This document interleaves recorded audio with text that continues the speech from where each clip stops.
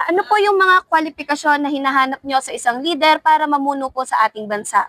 Yung makikita po talaga natin na may nagagawa po siya. Kailangan po talaga na kapag may degree siya.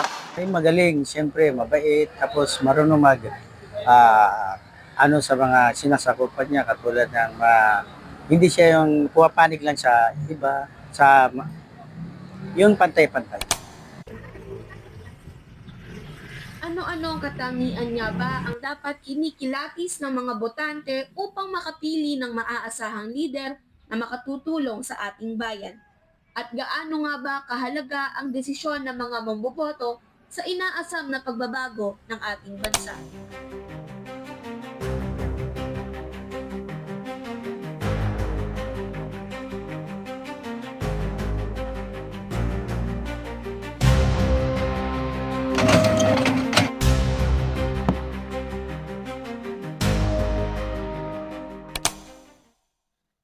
Ayon sa mga pag-aaral, may dalawang karaniwang ginagamit na estratehiya ang mga politiko sa Pilipinas upang ipamalas at ipakita ang dominanteng presensya sa madla.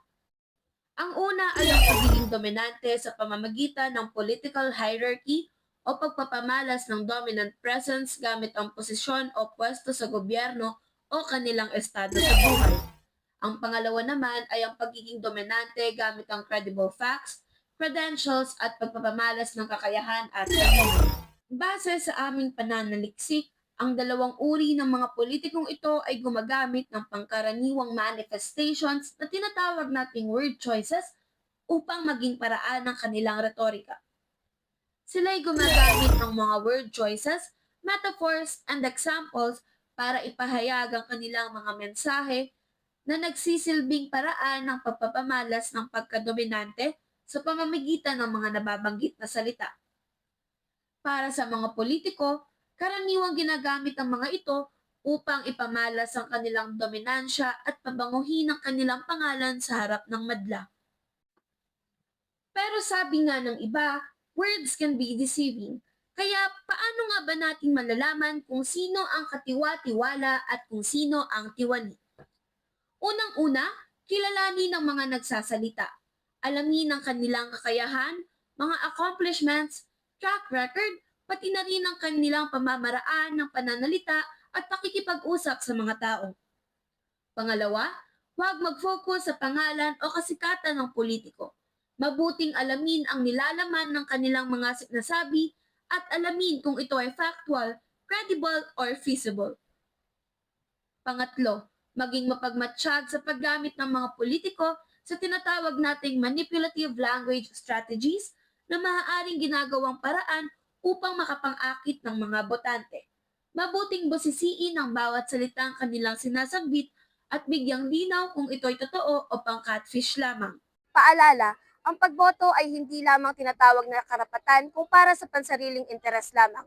Ito ay karapatang sumisimbolo sa bawat Pilipino na nanunumpa at namamanata sa harap ng bandila ng Pilipinas. Ito ay isang marka na hindi nabubura sa kasaysayan, tulad ng tinta na lumalapat sa ating mga daliri matapos nating bumoto. At higit sa lahat, pinapakita nito ang ating pagtindig para sa bayan nating minamahal. Isaisip po natin na hindi ibinigay ang karapatang nakaakda sa Artikulo 5 ng 1987 Constitution para lamang bumoto ng politikong magaling lamang sa mga salita. Tandaan na ang 3 hanggang 6 na taong nakaupo ang mga politikong ininuklok sa pwesto ay dahil sa ating mga desisyon. Ang Pilipinas ay tinaguriang isa sa mga third world country sa kontinente ng Asya. Hindi ang pinakamahirap, ngunit marami ang naghihirap. Sanga-sangang problema dulot ng iba't ibang rason.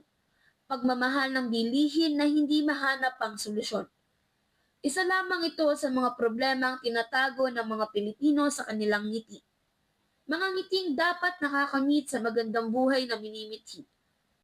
Balit ito ay mangyayari lamang sa tamang pamumuno at sa mga taong may kakayahang maging pinuno, na makukuha lamang sa pagpili at pagboto ng tamang kandidato na makabayan at makatao sa isip, sa salita at sa gawa.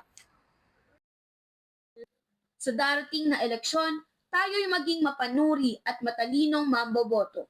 Simulan na nating kilatising mabuti ang mga salitang binibigkas ng mga kandidato, ating alamin ang kanilang mga kakayahan at kredensyal upang hindi na malinlang sa matatamis na salita at malalim na pangako. Ating baguhin ang sistemang matagal nang pumipigil sa mga Pilipino na makuha ang mga tamang politiko at lider na may sapat na kakayanan na pamunuan ng isang syudad o ang buong bansa. At sama-sama nating tuparin ang ating tungkulin sa bansa nang maipakita ang pagiging makabayang Pilipino sa isip, sa salita at sa gawa. Ako si Isabel at itaga mo yan sa boto ko.